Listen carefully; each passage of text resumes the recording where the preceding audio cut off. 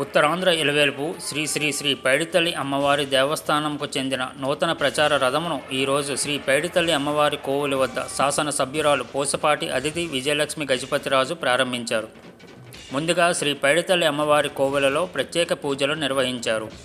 అనంతరం శాసన సభ్యురాలు పూసపాటి అతిథి విజయలక్ష్మి గజపతిరాజు మాట్లాడుతూ ఉత్తరాంధ్ర ఇలవేల్పు శ్రీ పైడితల్లి అమ్మవారి పండుగ విశిష్టతను తెలుపుతూ ప్రచారం చేయుటకు నూతన రథాన్ని ప్రారంభించడం జరిగిందని అన్నారు.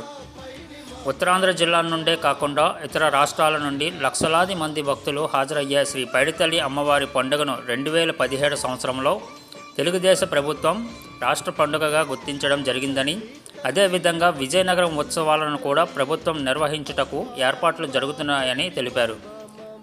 కార్యక్రమం అనంతరం కోవెల అభివృద్ధి కొరకు జరుగుతున్న పనులను పరిశీలించారు.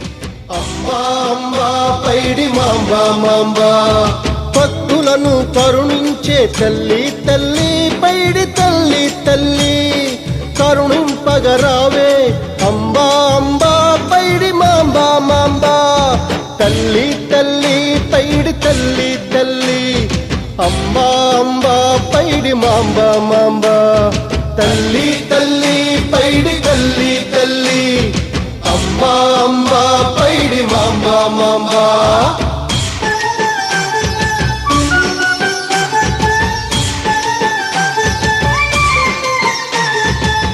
నమ్మిన వారికి నీవే కులదేవతవు, నమ్మని వారికి కూడా అమ్మవు నీవే. నమ్మిన వారికి నీవే కులదేవతవు, నమ్మని వారికి కూడా అమ్మవు నీవే. పూసపాటి దర్బారుల పూజలు అందుకునే తల్లి, పూసపాటి దర్బారుల పూజలు అందుకునే తల్లి.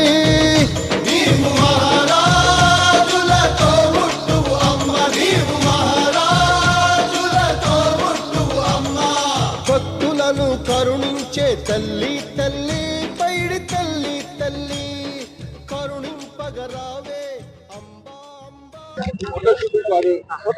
అందరికి నమస్కారం. ఈరోజు మనం అమ్మవారి పండుగ అనేది మనం ప్రతిసారి విజయనగరంలో ప్రతి సంవత్సరం మనం పండుగ చేసుకుంటాం.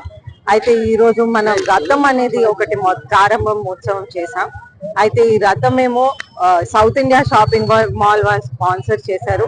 మొత్తం ఉత్తరాంధ్ర తిరిగి ఈ రథం మొత్తం ఉత్తరాంధ్ర తిరిగి అన్ని ప్రచారం చేస్తుంది. అమ్మవారి పండుగకి ఏ విధంగా ఏ డేట్స్ అవన్నీ ప్రచారం చేస్తుంది అనమాట. అయితే మనం చూస్తుంటే 20 తారీఖున రాట ఉంది, రాటతో పాటు దీక్ష కూడా ఉంది.